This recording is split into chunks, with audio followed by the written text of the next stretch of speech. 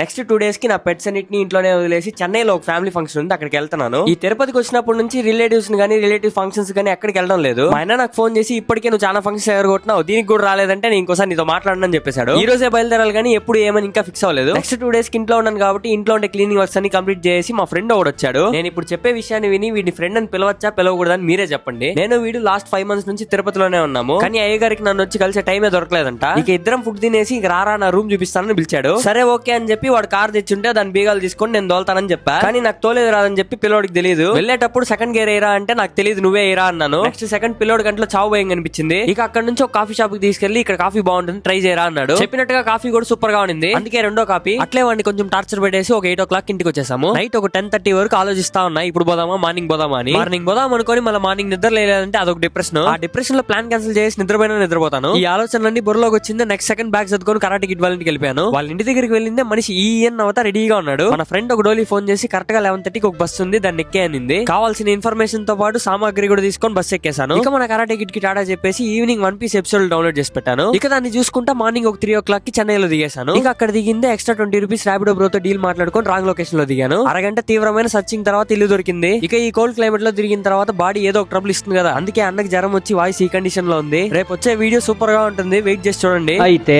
Next వీడియోలో చూద్దాం.